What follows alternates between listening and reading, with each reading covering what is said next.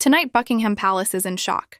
After decades of royal controversies, scandals, and relentless media scrutiny, Prince Andrew has officially given up all his royal titles, including the title that defined his entire existence, the Duke of York. This historic decision doesn't just affect Andrew, it destroys what's left of an entire royal branch. Because with Andrew's fall, Sarah Ferguson, Fergie, loses her identity as well. She is no longer Her Royal Highness, no longer the Duchess of York. After nearly 40 years, the name that once symbolized royal glamour and charm has been erased.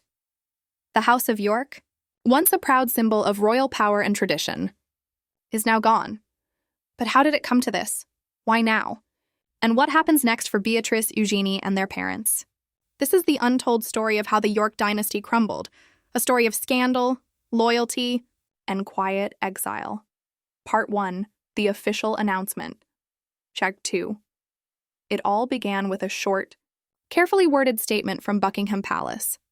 No emotion, no explanation, no interviews, just a few chilling words confirming that Prince Andrew will relinquish all his royal titles and public duties. In a single moment, his royal career, already shattered by scandal, was over. And with that, a domino effect began. Because once Andrew lost his title as Duke of York, Sarah Ferguson's title fell too. By royal law and courtesy, her right to call herself the Duchess of York existed only as long as Andrew held his dukedom. When his was taken, hers vanished overnight. Part 2, the downfall of a duchess. 2 her 330 for Sarah. This wasn't just a name, it was her entire identity. For decades, the Duchess of York was her shield, her brand, and her last connection to royal respectability. After her divorce in 1996, she kept the courtesy title, remaining Sarah, Duchess of York. But now even that has been stripped away. And this time, it wasn't because of a divorce, it was because of shame. The shame tied to Andrew's scandals, his infamous friendship with convicted pedophile Jeffrey Epstein and his disastrous BBC interview, scandals that shook the monarchy's reputation. When Andrew fell, he didn't fall alone. He pulled Fergie's world down with him. Part 3, the controversies, 330-430. Sarah Ferguson's journey has been a storm from the very beginning. From her early days as the lively, flame-haired duchess to her later years as a tabloid target, she's lived through it all. There were the lavish vacations, the financial missteps, and of course, the infamous toe-sucking photographs that once dominated every front page in Britain. Then came the 2011 email scandal, where her messages to Epstein were leaked, calling him her best friend and begging forgiveness. Within 24 hours, 7 charities cut ties with her. It was a national humiliation and a turning point.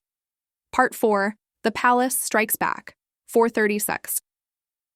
Behind the royal gates, King Charles had seen enough. Years of quiet damage control could no longer hide the cracks. The monarchy's reputation, already fragile after decades of turmoil, needed protection. So, in what insiders describe as a calculated and surgical move, Charles ordered a royal cleanup. Prince Andrew would step down. His titles, honors, and privileges would be withdrawn. The king's decision was firm and final. In that moment, Sarah Ferguson's title legally vanished.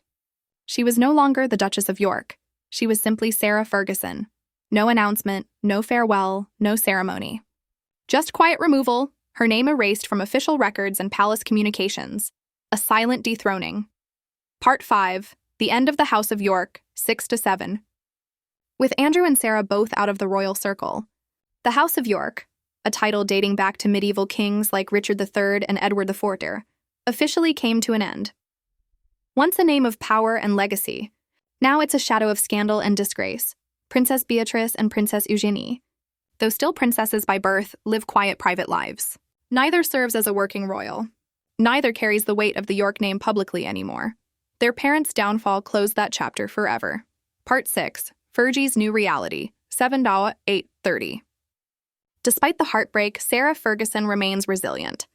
Friends say she was prepared for this moment, even if it hurts deeply.